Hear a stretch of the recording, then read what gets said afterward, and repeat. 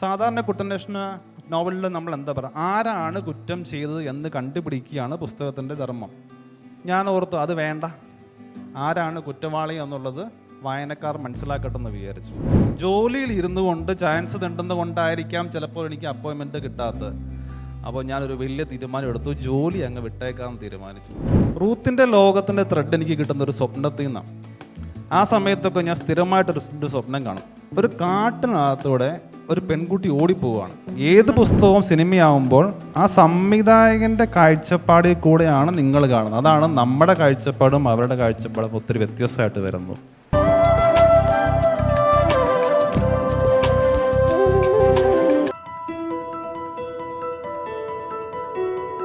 ഞാൻ പലപ്പോഴും ഇങ്ങനെ ആലോചിക്കാറുണ്ട്, ഞാൻ എങ്ങനെ എഴുത്തുകാരനായി എന്നുള്ളത്. സ്കൂളിൽ പഠിക്കുന്ന കാലത്താണെങ്കിലും കോളേജിൽ പഠിക്കുന്ന കാലത്താണെങ്കിലും എഴുത്തൊരിക്കലും എൻ്റെ ഒരു ടൈപ്പ് സാധനമാണെന്ന് ഞാൻ ഒരിക്കലും വിശ്വസിച്ചിരുന്നില്ല. സ്കൂളിൽ പഠിക്കുമ്പോഴൊക്കെ ഞാൻ പടം വരയ്ക്കുമായിരുന്നു. അപ്പോൾ നമ്മൾ ഈ കലോത്സവത്തിനൊക്കെ പോകുമ്പോൾ എൻ്റെ കൂടെ പഠിക്കുന്ന ആൾക്കാർ കഥ എഴുതുന്നു, കവിത എഴുതുന്നു. ഇതൊക്കെ എങ്ങനെയാണ് സംഭവിക്കുക എന്ന് എനിക്ക് ഒട്ടും മനസ്സിലാകാത്തൊരു കാര്യം. ഞാൻ എപ്പോഴും അവരെ ഭയങ്കര അത്ഭുതത്തോടെ നോക്കിക്കാണുന്ന ഒരാളായിരുന്നു. ചെറുപ്പത്തിൽ ഞാൻ വായിച്ചതായിട്ട് ഞാൻ ഓർക്കുന്ന ആദ്യത്തെ പുസ്തകം ട്രഷർ ഐലൻഡാണ്. അപ്പം ഈ പുസ്തകങ്ങൾ വായിക്കാൻ എനിക്ക് പണ്ടേ ഇഷ്ടമാണ്. പിന്നെ ബാലരമയുടെ അമർ ചിത്രകഥകൾ, ബോബനും മോളിയും, ഇതൊക്കെ ഭയങ്കര ഇഷ്ടമാണ്. എനിക്ക് ഏറ്റവും ഇഷ്ടമുണ്ടായിരുന്ന അമർ ചിത്രകഥയായിരുന്നു.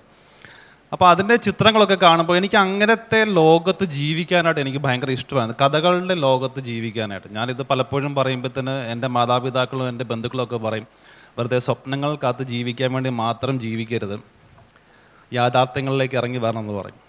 അപ്പോൾ കാലങ്ങൾ ഇങ്ങനെ കടന്നു പോവുകയാണ്. 8 വയസ്സിൽ നമ്മുടെ ക്ലാസ്സിൽ സ്കൂളിൽ വെച്ച് എന്നോട് ചോദിച്ചു, വലുതാകുമ്പോൾ എന്താവണമെന്നൊരു ടീച്ചർ എന്നോട് ചോദിച്ചു. ഞാൻ മാത്രം പറഞ്ഞ ഉത്തരം ഒരു സിനിമാക്കാരനാവണം എന്നായിരുന്നു ഞാൻ പറഞ്ഞത്. ബാക്കി എല്ലാവരും ഡോക്ടേഴ്സും എൻജിനീയേഴ്സും എന്നൊക്കെ പറഞ്ഞു. അപ്പോൾ സിനിമാക്കാരനാകണമെന്ന് ആഗ്രഹം. സിനിമാക്കാരനെന്നാകുന്നത് ആഗ്രഹം പറയുമ്പോൾ ആദ്യം മനസ്സിൽ വരുന്നത് എന്തായിരിക്കും, നമ്മളൊരു സിനിമാ നടനാവണമെന്നാണ്. ആ ഒരു ആഗ്രഹത്തിനെ പുറത്ത് നമ്മളിങ്ങനെ പോകുന്നു. പക്ഷേ എങ്ങനെ നമുക്ക് വഴിയൊന്നും അറിയത്തൊന്നുമില്ല. 2003 നമ്മളിങ്ങനെ ഫോട്ടോ എടുത്ത് പോർട്ട്ഫോളിയോ എടുക്കുന്നു, സംവിധായകരെ കാണാൻ പോകുന്നു, ചാൻസ് ചോദിക്കുന്നു. പല സംവിധായകരെയും കാണാൻ പറ്റത്തില്ല, ചിലർ ആട്ടി ഇറക്കി വിടും, ചിലർ വീട്ടിൽ കയറ്റത്തില്ല, സെക്യൂരിറ്റി പറഞ്ഞു വിടും. അപ്പോൾ 2003 2004 ആയപ്പോൾ എനിക്ക് ഏകദേശം മനസ്സിലായി, സിനിമാ നടനാകാൻ നടന്നാൽ ജീവിതം എങ്ങും ആകത്തില്ല എന്നെനിക്ക് മനസ്സിലായി. പിന്നെ ജോലിയിലേക്ക് കയറുന്നു, സിനിമാ സ്വപ്നം എല്ലാം മാറ്റിവെച്ചു. നമ്മൾ ജോലിയുടെ തിരക്കിനകത്തേക്കും പോവുകയാണ്. ജോലിയുടെ തിരക്ക് ഇങ്ങനെ പൊയ്ക്കൊണ്ടിരിക്കുമ്പോൾ 2010 നല്ല പ്രഷറുള്ള ജോലിയായിരുന്നു. ഞാൻ ഇൻഷുറൻസ് ഫീൽഡിലായിരുന്നു. അപ്പം നല്ല പ്രഷറുള്ള ജോലിയായിരുന്നു. അപ്പം ഞാനിങ്ങനെ ട്രെയിനിലൊക്കെ യാത്ര ചെയ്യുമ്പോൾ ഞാൻ ഇങ്ങനെ ആലോചിക്കും, നമുക്ക് വായിക്കാൻ പറ്റുന്ന പുസ്തകങ്ങൾ എന്തെങ്കിലും ഉണ്ടായിരുന്നെങ്കിൽ കൊള്ളാമല്ലോ എന്നിങ്ങനെ ആലോചിച്ചു. അങ്ങനെ ഞാൻ കോട്ടയത്തുള്ള DC ബുക്സിൻ്റെ ഷോപ്പിൽ പോയി നോക്കുമ്പോഴത്തേന് അവിടെ ഇരിക്കുന്ന പുസ്തകങ്ങളുടെ പേരുകളും പുസ്തകങ്ങളുടെ കണ്ടൻസും എല്ലാം വായിച്ചിട്ട് എനിക്കൊന്നും മനസ്സിലാകുന്നില്ല. ഒരു ഡിക്ഷണറി ഇല്ലാതെ വായിക്കാൻ പറ്റാത്ത പുസ്തകങ്ങളായിരുന്നു അതെല്ലാം. അപ്പോൾ ഞാൻ ഓർത്ത്, എന്നെപ്പോലുള്ള വായനക്കാരുണ്ടാവില്ലേ? എന്നെപ്പോലെ എൻ്റെ സ്കൂളിൽ പഠിച്ച് എൻ്റെ കോളേജിൽ പഠിച്ച് ആയിരക്കണക്കിന് ആയിട്ടുള്ള ആൾക്കാരുണ്ട്. ഇവർക്ക് പറ്റുന്ന പുസ്തകങ്ങൾ എന്താണ് മലയാളത്തിൽ ഇറങ്ങാത്തത് എന്നിങ്ങനെ ഞാൻ ആലോചിച്ചു. അപ്പോൾ കോട്ടയത്ത് അന്താരാഷ്ട്ര പുസ്തകമേളയുണ്ട് എല്ലാ വർഷവും. അങ്ങനെ ഞാൻ തപ്പി നടന്നപ്പോൾ തന്നെ എൻ്റെ കയ്യിൽ ജെയിംസ് പാറ്റേഴ്സൺ എഴുതിയൊരു പുസ്തകം കണ്ടു. അലക്സ് ക്രോസ് എന്നായിരുന്നു ആ പുസ്തകത്തിൻ്റെ പേര്. ഞാൻ വെറുതെ മറിച്ച് നോക്കിയപ്പോൾ 1-2 പേജേ ഉള്ളൂ അതിൻ്റെ ചാപ്റ്റേഴ്സ്. അപ്പോൾ ഞാൻ നോക്കി, ഈ സംഭവം കൊള്ളാലോ, നമ്മൾ വൈകിട്ട് വീട്ടിൽ ക്ഷീണിച്ച് വന്നിരുന്നു, ഒരു ചാപ്റ്റർ വായിച്ചു എന്നൊരു ഫീൽ നമുക്ക് കിട്ടും. 2 പേജ് കഴിഞ്ഞാൽ ഒരു ചാപ്റ്റർ തീർന്നു. അപ്പോൾ ഇങ്ങനത്തെ പുസ്തകങ്ങൾ എന്താണ് മലയാളത്തിൽ ഇല്ലാത്തതെന്ന് ഓർത്തിങ്ങനെ ഇരിക്കുന്നൊരു സമയം. ആ സമയത്ത് എനിക്ക് തിരക്കഥ എഴുതണമെന്നൊരു ആഗ്രഹം ഉണ്ടായി. അപ്പോൾ നമ്മൾ ഈ സിനിമയുടെ സ്വപ്നം ഉണ്ടല്ലോ നമ്മുടെ മനസ്സിലെപ്പോഴും. അപ്പോൾ തിരക്കഥ എഴുതാമെന്ന് ഞാനൊരു സുപ്രഭാതത്തിൽ അങ്ങ് തീരുമാനിക്കുകയാണ്. നമുക്ക് തിരക്കഥയെക്കുറിച്ചൊന്നും അറിയത്തില്ല. അങ്ങനെ തിരക്കഥ എഴുതാൻ തുടങ്ങുകയാണ്. നമുക്കൊന്നും അറിയാതെ അങ്ങ് എഴുതി തുടങ്ങുകയാണ്. ജോലിക്കിടയിൽ കിട്ടുന്ന കുറേ ഫ്രീ ടൈം ഒരു നോട്ട്ബുക്കിൽ വെറുതെ കുത്തിക്കുറിക്കും. ആദ്യത്തെ തിരക്കഥ പകുതിയായപ്പോൾ നിന്നുപോയി. പിന്നെ മുന്നോട്ട് പോകുന്ന എങ്ങനെയാണെന്ന് എനിക്ക് അറിയത്തില്ല. സെക്കൻഡ് തിരക്കഥ ഇതുപോലെ തന്നെ സംഭവിച്ചു. അപ്പോൾ ഞാൻ ഓർത്തു, ഇതെങ്ങനെ ഈ തിരക്കഥ എഴുതുന്നതാണ്? നമ്മൾ പത്മരായൻ്റെ തിരക്കഥകൾ എടുത്ത് വായിക്കുന്നു, MDയുടെ തിരക്കഥകൾ എടുത്ത് വായിക്കുന്നു, സംഭവം നമുക്ക് മനസ്സിലായി, പക്ഷേ എനിക്ക് എഴുതാൻ പറ്റുന്നില്ല. അങ്ങനെ ഇരിക്കുമ്പോൾ ഇതിനെക്കുറിച്ച് പഠിപ്പിക്കാനായിട്ട് എന്തെങ്കിലും സാധനം ഉണ്ടോ എന്ന് തപ്പി നമ്മൾ ആമസോണിലൊക്കെ കയറി തപ്പിയപ്പം തിരക്കഥ പഠിപ്പിക്കുന്ന പുസ്തകങ്ങളുണ്ട്. അതാണ് അന്ന് നമ്മുടെ ഇന്ത്യയിൽ കിട്ടത്തില്ല. എൻ്റെ സുഹൃത്തിനോട് പറഞ്ഞു ഞാൻ അമേരിക്കയിൽ നിന്ന് ഈ സാധനം വരുത്തി. ഇത് വായിച്ചു നോക്കിയാൽ നമുക്ക് ടെക്നിക്ക് പിടികിട്ടി. ഇങ്ങനെയാണല്ലേ തിരക്കഥ എഴുതുന്നതിനുള്ള ടെക്നിക്ക് നമുക്ക് പിടികിട്ടി. അപ്പോൾ നമ്മൾ തിരക്കഥ എഴുതാൻ തുടങ്ങുകയാണ്. 2012 നമ്മളൊരു 3 തിരക്കഥ അങ്ങ് എഴുതി. ഇപ്പം നമ്മുടെ സ്വപ്നം എന്താണ്? 2012 ഇതുമായിട്ട് ഇനി സംവിധായകരെയും നടന്മാരെയും പോയി കാണാമെന്ന് വിചാരിച്ചു. നമ്മൾ വീണ്ടും ഇതേപോലെ തന്നെ തെണ്ടൽ തുടങ്ങി. അപ്പോഴൊരു പ്രശ്നമുണ്ട്, നമുക്ക് അപ്പോയിൻമെൻറ്റ്സ് കിട്ടുന്നില്ല. അപ്പോൾ ഇപ്പം 2015 ആയപ്പോൾ എൻ്റെ മനസ്സിലൊരു പുതിയൊരു ബുദ്ധി ഉദിച്ചു. ജോലിയിൽ ഇരുന്നു കൊണ്ട് ചാൻസ് തെണ്ടുന്നത് കൊണ്ടായിരിക്കാം ചിലപ്പോൾ എനിക്ക് അപ്പോയിൻമെൻറ്റ് കിട്ടാത്തത്. അപ്പോൾ ഞാനൊരു വലിയ തീരുമാനം എടുത്തു, ജോലി അങ്ങ് വിട്ടേക്കാമെന്ന് തീരുമാനിച്ചു. അപ്പോൾ 2015 ഞാൻ ജോലി വിട്ടു. ജോലി വിട്ട് കഴിഞ്ഞ് എൻ്റെ ഒരു പ്ലാൻ ഇതായിരുന്നു. 3 തിരക്കഥയുണ്ട് എൻ്റെ കയ്യിൽ. ഒന്നൊരു തമാശ, ഒന്നൊരു പ്രണയം, പിന്നെ ഒരു ത്രില്ലർ. അപ്പോൾ ഏത് ടൈപ്പ് ചോദിച്ചാലും നമ്മുടെ ഈ സാധനമുണ്ട്. അങ്ങനെ നമ്മൾ ജോലി രാജിവെച്ചു. എൻ്റെ സ്വപ്നം ഇതായിരുന്നു, 2015 ജോലി രാജിവെക്കുന്നു, 2016 ആകുമ്പോൾ നമ്മൾ സിനിമയിൽ കയറുന്നു, മലമറിക്കുന്നു. ഇതായിരുന്നു നമ്മുടെ സ്വപ്നം. 2015 കഴിഞ്ഞു, 2016 കഴിഞ്ഞു, എങ്ങും എത്തുന്നില്ല. നമുക്ക് അപ്പോയിൻമെൻറ്റേ കിട്ടുന്നില്ല.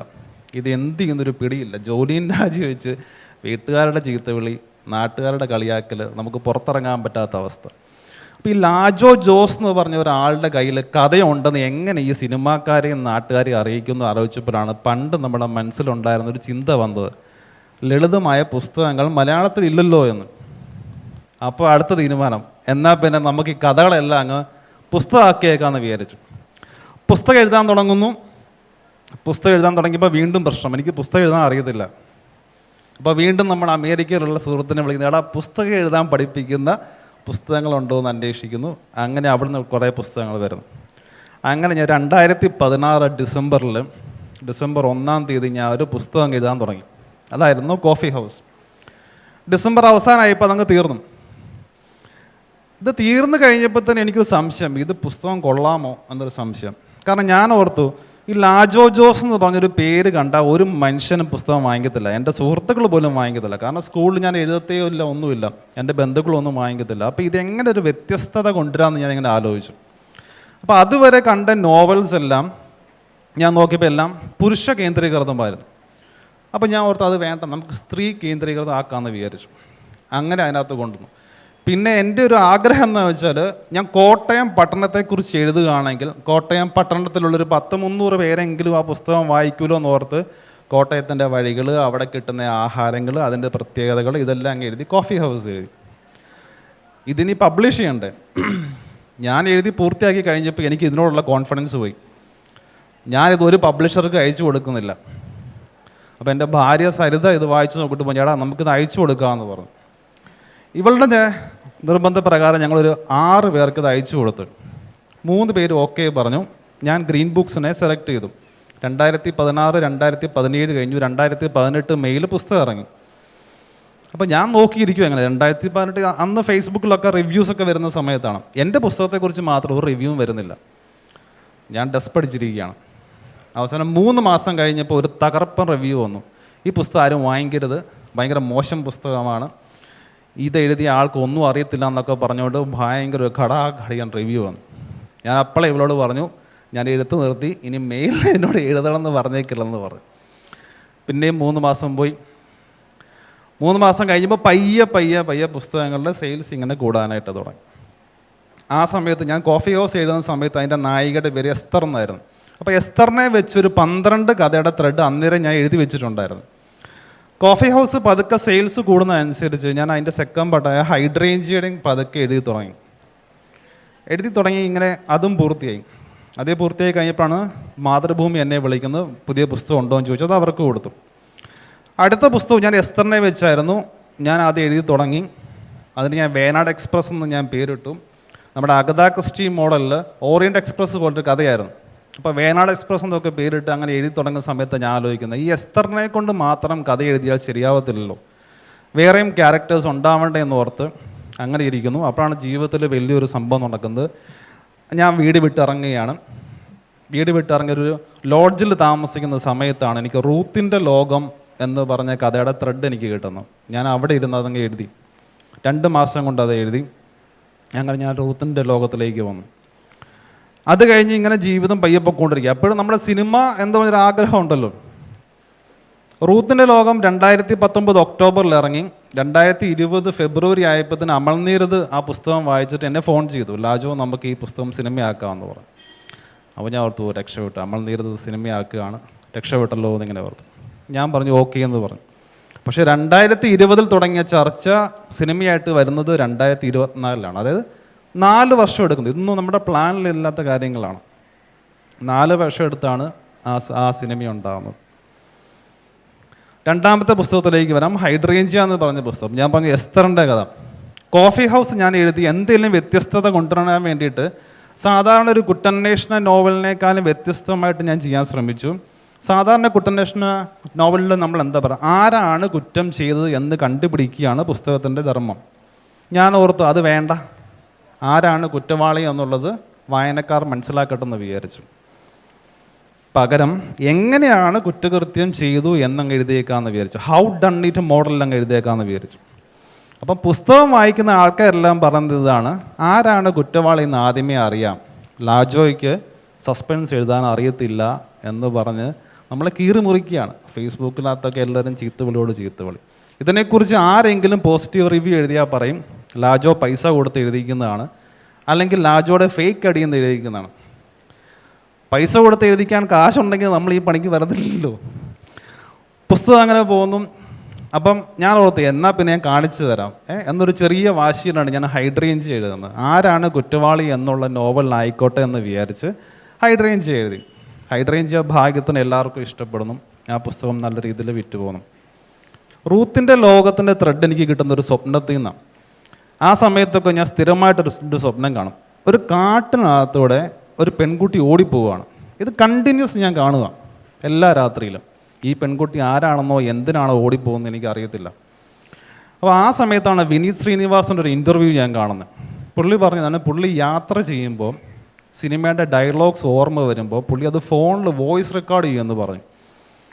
അപ്പോൾ ഞാൻ ഓർത്ത് എന്നാൽ പിന്നെ ഈ സ്വപ്നത്തിൽ വരുന്ന കാര്യങ്ങൾ എഴുതി വെക്കുമോ അല്ലെങ്കിൽ വോയിസ് റെക്കോർഡ് ചെയ്യാമോ എന്ന് വിചാരിച്ചത് ഞാൻ എൻ്റെ ഫോണിൻ്റെ വോയിസ് റെക്കോർഡർ ഓൺ ആക്കിയിട്ട് അടുത്ത് വെച്ചിട്ടാണ് ഞാൻ കിടന്നുറങ്ങുന്നത്. അപ്പോൾ സ്വപ്നം വരുന്നു. നമ്മൾ പാതി ഉറക്കമായിരിക്കും കേട്ടോ ചിലപ്പം. ഞാൻ ചാടി എണീക്കുന്നു, ഞാൻ ഉറക്കത്തിൽ ഇങ്ങനെ ഫോൺ എടുക്കുന്നു, ഞാൻ എൻ്റെ സ്വപ്നം കണ്ട കാര്യം ഞാൻ റെക്കോർഡ് ചെയ്യുന്നു. രാവിലെ എണീറ്റ് ഞാൻ പ്ലേ ചെയ്യുമ്പോഴത്തേന് എനിക്കൊന്നും കേൾക്കത്തില്ല, കാരണം ഉറക്കത്തിൽ പറഞ്ഞതല്ലേ, ഒന്നും സ്പഷ്ടമല്ല. ഇതെന്താ സംഭവം എനിക്ക് മനസ്സിലാവുന്നില്ല. അങ്ങനെ ആ പെണ്ണിൻ്റെ പുറകെ ഈ പെണ്ണ് എന്തിനായിരിക്കും ഓടുന്നത്, ആരായിരിക്കും ആ പെണ്ണിനെ ഓടിക്കുന്നു ഓർത്ത് എഴുതിയാണ് സംഭവം റൂത്തിൻ്റെ ലോകമായത്. അടുത്ത പുസ്തകം വന്നത് റെസ്റ്റ് ഇൻ പീസ്. ഞങ്ങൾ പ്രീ ഡിഗ്രി ഫ്രണ്ട്സ് ഞങ്ങൾ വർഷത്തിൽ ഒരിക്കൽ കൂടാറുണ്ട്. അപ്പോൾ ഒരു പ്രാവശ്യം ഇങ്ങനെ കൂടിയപ്പോൾ ഞങ്ങൾ കുമരകത്താണ് കൂടിയത്. അപ്പോൾ കുമരകത്ത് കൂടിയപ്പോൾ എൻ്റെ ഒരു ഫ്രണ്ട് പറഞ്ഞു അവന് കുറച്ച് നേരത്തെ പോകണം. അവന് കോട്ടയത്തുള്ളൊരു വൃദ്ധസദനത്തിൽ അവൻ്റെ പരിചയത്തുള്ളൊരു ആൻറ്റി ഉണ്ട്. ആൻറ്റിക്ക് ഒരു 19 വയസ്സുണ്ട്. ആൻറ്റി അവിടെയാണ് താമസിക്കുന്നത്. ആൻറ്റിക്ക് ഒരു 60 വയസ്സുള്ള മോനുണ്ട്. ഈ മോൻ്റെ ഡെലിവറിയുടെ സമയത്ത് ഡോക്ടറിൻ്റെ കയ്യിൽ നിന്ന് വഴുതി താഴെ പോയിട്ട് തലയിടിച്ചാണ് വീണത്. അതിൽ പിന്നെ അവൻ നോർമലല്ല. അവരെ കാണാൻ വേണ്ടി അവൻ പോവുകയാണെന്ന് പറഞ്ഞു. ആ സമയത്ത് ഞാൻ ഇങ്ങനെ പുതിയ കഥയുടെ ത്രെഡ് അന്വേഷിച്ചുകൊണ്ടിരിക്കുകയാണ്. അപ്പോൾ ഇത് എൻ്റെ തലയിൽ ഇങ്ങനെ കടന്നു. ഇങ്ങനെ ഒരു അമ്മയും മകനെയും ചുറ്റിപ്പറ്റിയാണ് ഞാൻ റെസ്റ്റ് ഇൻ പീസ് എന്ന് പറഞ്ഞ കഥ എഴുതുന്നതും വൃത്തസദനം എഴുതുന്നതും ഒക്കെ അങ്ങനെയാണ് ഞാൻ ആ കഥയിലേക്ക് വരുന്നത്. പിന്നെ അടുത്തത് കന്യാമരിയ ഞാൻ എഴുതുന്നതിന് മുമ്പ് എഴുതിയതാണ് ഓറഞ്ച് തോട്ടം. അതിനെക്കുറിച്ച് ഞാൻ അവസാനം പറയാം.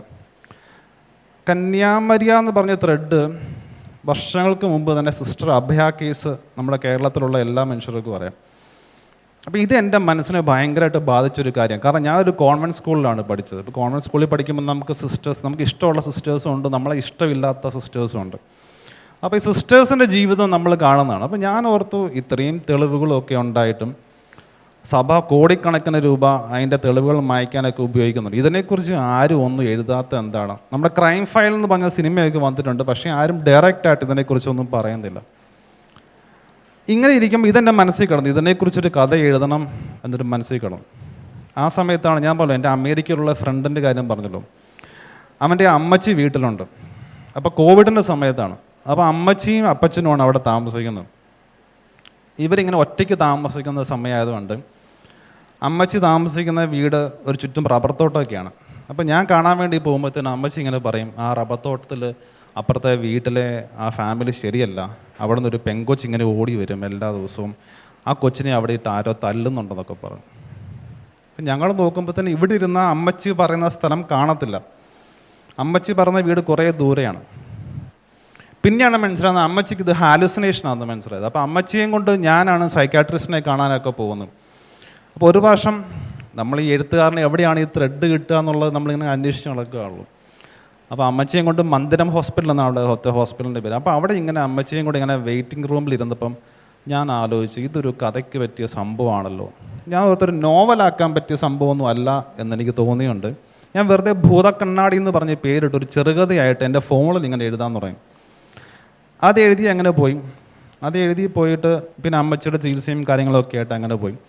അത് കഴിഞ്ഞ് കുറച്ച് നാൾ കഴിഞ്ഞപ്പോഴാണ് എനിക്ക് സിസ്റ്റർ അബയുടെ കേസും ഈ ഒരു ഇൻസിഡൻറ്റും തമ്മിൽ ലിങ്ക് ചെയ്താലോ എന്നിങ്ങനെ മനസ്സിലേക്ക് ആലോചന വരുന്നത്. അങ്ങനെയാണ് കന്യാമരിയ എന്ന് പറഞ്ഞ നോവൽ വരുന്നത്. ഓറഞ്ച് തോട്ടത്തിലേക്ക് വരുവാണ്. ഞാൻ ഓറഞ്ച് തോട്ടം 2020 സിനിമയാക്കാൻ വേണ്ടി എഴുതിയ തിരക്കഥയാണ്. ആ സമയത്ത് 1-2 സംവിധായകർ സിനിമയാക്കാമെന്ന് പറഞ്ഞതുമാണ്. പിന്നെ ആസ് യൂഷ്വൽ സിനിമ ആയതുകൊണ്ട് സിനിമ എപ്പം നടക്കുമെന്ന് നമുക്കൊന്നും പറയാൻ പറ്റത്തില്ല. അപ്പോൾ കന്യാമരിയ കഴിഞ്ഞ് പിന്നെയും നമ്മൾ വെറുതെ ഇരിക്കുകയാണ്. അപ്പോൾ അടുത്ത നോവൽ എഴുതാമെന്ന് വിചാരിച്ചു. അങ്ങനെയാണ് ഓറഞ്ച് തോട്ടത്തിലേക്ക് വരുന്നത്. ഓറഞ്ച് തോട്ടം വന്നപ്പോൾ എനിക്ക് ഭയങ്കര നിർബന്ധമുള്ള കാര്യം, വളരെ കുറച്ച് ക്യാരക്ടേഴ്സുള്ള കഥകൾ എഴുതാൻ ഭയങ്കര ഇഷ്ടമാണ്. പ്രത്യേകിച്ച് 2-3 ക്യാരക്ടേഴ്സ് ഉണ്ടെങ്കിൽ എനിക്കൊന്ന് അവരുടെ മനസ്സിലേക്ക് ഇറങ്ങി അവർ ചിന്തിക്കുന്ന കാര്യങ്ങളൊക്കെ ചിന്തിക്കാനും അവരെ പെരുമാറുന്നത് എങ്ങനെയാണെന്ന് അറിയാനായിട്ടൊക്കെ എനിക്ക് ഭയങ്കര ഇഷ്ടമാണ്. അങ്ങനെ എഴുതിയൊരു നോവലാണ് ഓറഞ്ച് തോട്ടം എന്ന് പറഞ്ഞ നോവൽ. അപ്പം ചുരുക്കത്തിൽ പറഞ്ഞാൽ എൻ്റെ റൈറ്റിംഗ് ജേണി എന്ന് പറഞ്ഞാൽ ഞാൻ എഴുത്തുകാരനാകുമെന്ന് ഞാൻ പോലും വിശ്വസിക്കാത്ത ഒരാളാണ്. ഞാനാണ് ഇപ്പോൾ കോട്ടയത്ത് നിന്ന് ഇവിടെ വന്നിരുന്ന് നിങ്ങളുടെ എല്ലാം വർത്തമാനം പോകൊണ്ടിരിക്കുന്നത്. ഭയങ്കര എനിക്ക് തന്നെ വിശ്വസിക്കത്തില്ല ചില സമയത്ത് ഞാൻ എഴുത്തുകാരനാണോ ഇല്ലയോ എന്നുള്ള കാര്യം. ഇതാണ് എനിക്ക് പറയാനുള്ളത്. ഇനി എന്തെങ്കിലും ചോദ്യങ്ങൾ എന്നോട് ചോദിക്കാനുണ്ടെങ്കിൽ എന്നോട് ചോദിക്കാം. ഒരു കഥയിലേക്കുള്ള ഐഡിയ കൺസീവ് ചെയ്യുന്ന സമയത്ത് ഇങ്ങനൊരു ഇനീഷ്യൽ തോട്ട് വെച്ചിട്ട് സ്റ്റാർട്ട് ചെയ്യുവാണോ കഥ വർക്ക് ചെയ്ത്, അതോ ഒരു തുടക്കം, ഒരു മധ്യഭാഗം, ഒടുക്കം, അങ്ങനെ മൊത്തത്തിലൊരു സ്ട്രക്ചർ ആയതിനു ശേഷമാണോ എഴുത്തിലേക്ക് കിടക്കുന്നത്? അപ്പോൾ അങ്ങനെ നമ്മൾ ഓൾറെഡി ഒരു പ്രീ കൺസീവ് ചെയ്തിട്ടൊരു സംഭവം അങ്ങനെ എഴുതാൻ തുടങ്ങുന്ന സമയത്ത് ഈ ക്യാരക്ടേഴ്സിൻ്റെ ഓർഗാനിക് ആയിട്ടുള്ളൊരു വളർച്ചയെ അത് ബാധിക്കും എന്ന് തോന്നിയിട്ടുണ്ടോ? അത് ഒന്നാമത്തെ ചോദ്യം. 2, ചേട്ടൻ എഴുതുന്ന കഥകൾ കൂടുതലും ക്രൈം ഫിക്ഷനിൽ തന്നെ പല പല ജോണേഴ്സ് എക്സ്പ്ലോർ ചെയ്തും അതിൻ്റെ ട്രീറ്റ്മെൻറ്റിൽ വ്യത്യാസം കൊണ്ടുവന്ന് ഒക്കെയാണ്. ഓറഞ്ച് തോട്ടത്തിലെ അതിഥി എനിക്കൊരു കഥ എഴുതാൻ ഇൻസ്പിറേഷൻ ആയിട്ടുണ്ട്. ഇങ്ങനെ ഓരോ ചാപ്റ്റർ ഓരോ ക്യാരക്ടേഴ്സിൻ്റെ പെർസ്പെക്റ്റീവിൽ. അപ്പം ഈ ഒരു ക്രൈം ഫിക്ഷനിൽ നിന്ന് മാറി കുറച്ച് ലൈറ്റ് ഹാർട്ടഡ് ആയിട്ടുള്ളതും അങ്ങനത്തെ കുറേ കൂടെ ഒരു സ്ട്രെസ് ബസ്റ്റേഴ്സ് എന്നൊക്കെ പറയാവുന്ന രീതിയിലുള്ള അങ്ങനത്തെ കഥകൾ എഴുതണം തോന്നിയിട്ടുണ്ടോ? അല്ലെങ്കിൽ എന്തെങ്കിലും വരുന്നുണ്ടോ അങ്ങനത്തെ കഥകൾ? ഓക്കെ. പേരെന്തായിരുന്നു? ശരത്. ആദ്യത്തെ ചോദ്യം, അതായത് ഞാൻ മനസ്സിലാക്കിയത് എഴുത്തുകാർ 2 തരത്തിലുണ്ട്. ഒന്ന് പ്ലോട്ടേഴ്സ് എന്ന് പറയും. ഇവർ ഓരോ ചാപ്റ്റർ അല്ലെങ്കിൽ ഓരോ സീനും സ്റ്റോറി ആർക്ക്, ക്യാരക്ടറിൻ്റെ ആർക്കെല്ലാം പ്ലോട്ട് ചെയ്തിട്ടാണ് ഇവർ എഴുതാൻ തുടങ്ങുന്നത്. അത് ആദ്യമേ ഇവർ ചെറിയ 1 ലൈൻ പോലെ സാധനം എഴുതി വെക്കും. പിന്നെയുള്ളതാണ് പാൻസേഴ്സ്. ഞാൻ പാൻസേഴ്സിൽ പെട്ട ആളാണ്. അപ്പോൾ എൻ്റെ മനസ്സിൽ ഫസ്റ്റ് സീൻ അല്ലെങ്കിൽ ഫസ്റ്റ് ചാപ്റ്ററേ ഉണ്ടായിരിക്കത്തുള്ളൂ. ഞാൻ ആ ഫസ്റ്റ് ചാപ്റ്റർ എഴുതി തീരാറാവുമ്പോൾ ആ ക്യാരക്ടറും ആ സിറ്റുവേഷനും എന്നോട് പറഞ്ഞു തരും അടുത്ത ചാപ്റ്റർ അല്ലെങ്കിൽ അടുത്ത സീൻ എന്താണെന്നുള്ള കാര്യം. ഞാൻ അങ്ങനെ എഴുതുന്ന ഒരാളാണ്. പക്ഷേ എനിക്ക് തുടക്കവും ഉണ്ടായിരിക്കും, എനിക്ക് എൻഡും ഉണ്ടായിരിക്കും. ആദ്യമായിട്ട് ഞാൻ എൻഡില്ലാതെ എഴുതി തുടങ്ങിയ ഒരു നോവൽ ഇപ്പോൾ പൂർത്തിയായിക്കൊണ്ടിരിക്കുകയാണ്. ഞാൻ ജീവിതത്തിന് ആദ്യമായിട്ട് അങ്ങനെ എഴുതുന്നത്. എൻ്റെ മനസ്സിന് ആദ്യത്തെ 3 സീൻ മാത്രം അല്ലെങ്കിൽ 3 ചാപ്റ്റേഴ്സ് മാത്രമേ ഉണ്ടായിരുന്നുള്ളൂ. ഇതെങ്ങനെ എൻഡ് ചെയ്യുമെന്ന് എനിക്ക് അറിയത്തില്ലായിരുന്നു. അപ്പോൾ ഞാൻ അങ്ങനത്തെ ഒരാളാണ്. ലൈറ്റ് ഹാർട്ടഡായിട്ട് എഴുതാനായിട്ടൊക്കെ ആഗ്രഹമുണ്ട്. പക്ഷേ കല്യാണത്തിന് ശേഷം എനിക്കിപ്പോൾ ത്രില്ലേഴ്സ് എഴുതാനാണ് താല്പര്യം. കല്യാണത്തിന് മുമ്പൊക്കെ റൊമാൻസ് താല്പര്യമായിരുന്നു. ജോക്സ് അപ്പാർട്ട്, എനിക്ക് ത്രില്ലർ ജോണറിൽ ഭയങ്കരമായിട്ട് ശ്രദ്ധ കൊടുക്കാൻ എനിക്ക് ഭയങ്കര ഇഷ്ടമാണ്. കാരണം ഞാൻ ചെറുപ്പം തൊട്ടേ എനിക്ക് ഇഷ്ടപ്പെട്ട ഒരു ജോണറെ ത്രില്ലറായിരുന്നു. എന്താ കാരണം എന്ന് എനിക്ക് അറിഞ്ഞുകൂടാ. അപ്പം ഞാൻ നോക്കിയപ്പോൾ മലയാളത്തിൽ ഈ ത്രില്ലർ എഴുതുന്നവരെ ഭയങ്കര മോശമായിട്ടാണ് ചിത്രീകരിക്കുന്നത്. എന്താ പറഞ്ഞേ, ഭയങ്കര തരംതാണ പരിപാടിയാണ്, ലോ ക്ലാസ് പരിപാടിയാണ്, ഇതൊന്നും സാഹിത്യമല്ല എന്നൊക്കെ ഇങ്ങനെ പറയുന്ന പല തറവാടി എഴുത്തുകാരും നമ്മുടെ ഇവിടെ തന്നെ ഉണ്ട്. അപ്പോൾ പിന്നെ അവരുടെ മുന്നിൽ കൂടെ ഇതങ്ങ് എഴുതാം എന്ന് തന്നെയാണ് ഞാൻ തീരുമാനിച്ചിരിക്കുന്നത്. എനിക്ക് ത്രില്ലേഴ്സിൻ്റെ പല ജോൺറേസ് എനിക്ക് എഴുതാൻ ഭയങ്കര ഇഷ്ടമാണ്. അത് ഞാൻ അങ്ങനെ ജോണറെ പിടിക്കാനുള്ള കാരണം വേറെ ഒന്നും കൊണ്ടല്ല. ഞാൻ ആദ്യം സാറ്റിസ്ഫൈ ചെയ്യുന്നത് എന്നെയാണ്.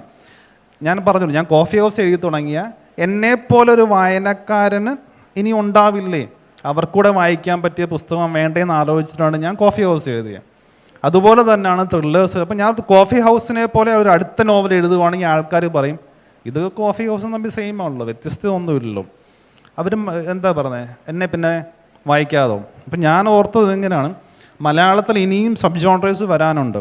ഒത്തിരി എഴുത്തുകാർക്ക് ഇവിടെ ഓപ്പർച്യൂണിറ്റി ഉണ്ട്. നമ്മളിപ്പോഴും ഈ പറഞ്ഞ സോഷ്യൽ ഡ്രാമ പോലത്തെ അല്ലെങ്കിൽ ഇപ്പോൾ ഹിറ്റായിക്കൊണ്ടിരിക്കുന്ന ഫീൽ ഗുഡ് റൊമാൻസ് പോലത്തെ കഥകൾ മാത്രമേ ഉള്ളൂ നമ്മൾ കാണുന്നുള്ളൂ. ത്രില്ലേഴ്സിൽ ഞാൻ കൈവെക്കാത്തതായിട്ടല്ല, ആരും കൈവെക്കാത്ത ഇഷ്ടം പോലെ സബ് ജോൺറേഴ്സ് ഉണ്ട്. അതെല്ലാം എഴുതണം എന്നാണ് എൻ്റെ ഒരു ആഗ്രഹം. നമസ്കാരം സാർ. ഞാൻ സാറിൻ്റെ എല്ലാ ബുക്കും വായിച്ചു തീർത്ത ഒരാളാണ്. Thank you. കംപ്ലീറ്റ്. ഇപ്പം ഞാൻ ഒരാൾക്ക് വാങ്ങിച്ചു കൊടുത്തതും റെസ്റ്റ് ഇൻ പീസ് ആണ്. Thank you. ഞാൻ ത്രില്ലർ വായിക്കാത്ത ഒരാളായിരുന്നു. എന്നെ ത്രില്ലർ എന്നുള്ള ജോൺറയിലേക്ക് ഇട്ട ഒരാൾ സാറാണ്. അതിന് ശേഷം ഞാൻ പിന്നെ ശ്രീപാർവതി, രജിത്താർ, അവിടെ നിന്ന് ഫുൾ പിന്നെ ഇപ്പം ത്രില്ലർ മാത്രമേ ഞാൻ വായിക്കാറുള്ളൂ. ഒത്തിരി സന്തോഷം. അപ്പോൾ എനിക്കാണെങ്കിൽ ഞാൻ റൂത്തിൻ്റെ ലോകം വായിച്ചിട്ട് ഭയങ്കര എക്സൈറ്റഡ് ആയിരുന്നു. ബോഗൻവില്ല വരുമ്പോഴത്തേക്ക് അത് എങ്ങനെയായിരിക്കും പിക്ചറിലേക്ക് വരുന്നതെന്ന്. ബട്ട് അൺഫോർച്ചുനേറ്റ്ലി റൂത്തിൻ്റെ ലോകത്തിൻ്റെ അത്രയും എന്നെ ഒരിക്കലും ആ പടം ഗ്രിപ്പ് ചെയ്തില്ല എന്നുള്ളതാണ് സത്യം. അത് ഞാൻ നോക്കുമ്പോഴത്തേക്ക് ഈ പുസ്തകങ്ങൾ പലപ്പോഴും സിനിമയാകുമ്പോൾ ഈ ഒരു പ്രശ്നം ഫേസ് ചെയ്യുന്നുണ്ട്. ഇപ്പോൾ ലാസ്റ്റ് ഇറങ്ങിയ വിലായത്ത് ബുദ്ധി ആണെങ്കിലും ആ പുസ്തകം വായിച്ച ആ ഒരു ഇമ്പാക്റ്റ് സിനിമ കാണുമ്പോൾ കിട്ടുന്നില്ല. അതിൻ്റെ അത് കുറച്ചെങ്കിലും നീതി പുലർത്തി എനിക്ക് തോന്നുന്നു അനന്തഭദ്രം മാത്രമാണെന്നാണ് എനിക്ക് പേഴ്സണലി തോന്നുന്നത്. ഇപ്പം സാറാണെങ്കിൽ ആ ബുക്ക് എഴുതിയതാണ്, അതുപോലെ തന്നെ ആ സിനിമ ക്രാഫ്റ്റ് ചെയ്തപ്പോഴത്തേക്ക് അതിൻ്റെ തിരക്കഥയും ബാക്കി കാര്യങ്ങളൊക്കെ ഉണ്ടായിരുന്നു.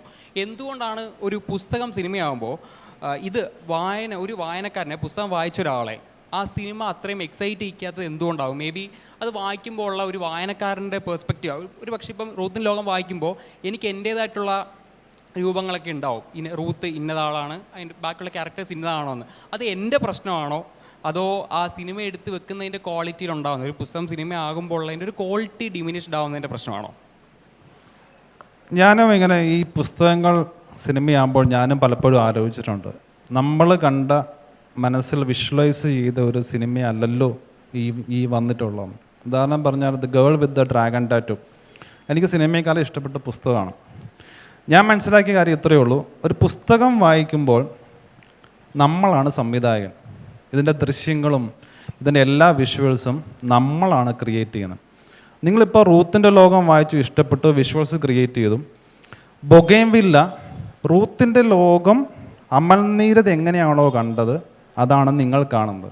അപ്പോൾ അമൽ നീരദിൻ്റെ വിഷനാണ് നിങ്ങൾ അതിനകത്ത് കണ്ടിട്ടുള്ളത്.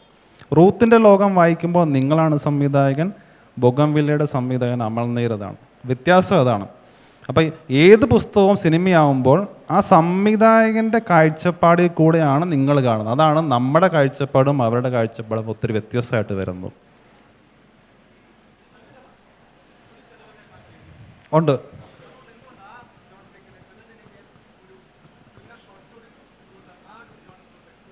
ചോദ്യം ഇതാണ്, ഞാൻ ഒരു ചെറുകഥ മാത്രമേ എഴുതിയിട്ടുള്ളൂ, ഞാൻ എന്തുകൊണ്ടാണ് കൂടുതൽ ചെറുകഥകൾ എഴുതാത്തതെന്നാണ്. ചെറുകഥകൾ എഴുതാൻ എനിക്ക് ഒത്തിരി ഇഷ്ടമാണ്. കന്യാമരിയെ ചെറുകഥയാക്കാൻ വേണ്ടി എഴുതിയതാണ്, പക്ഷെ നോവലായിപ്പോയി.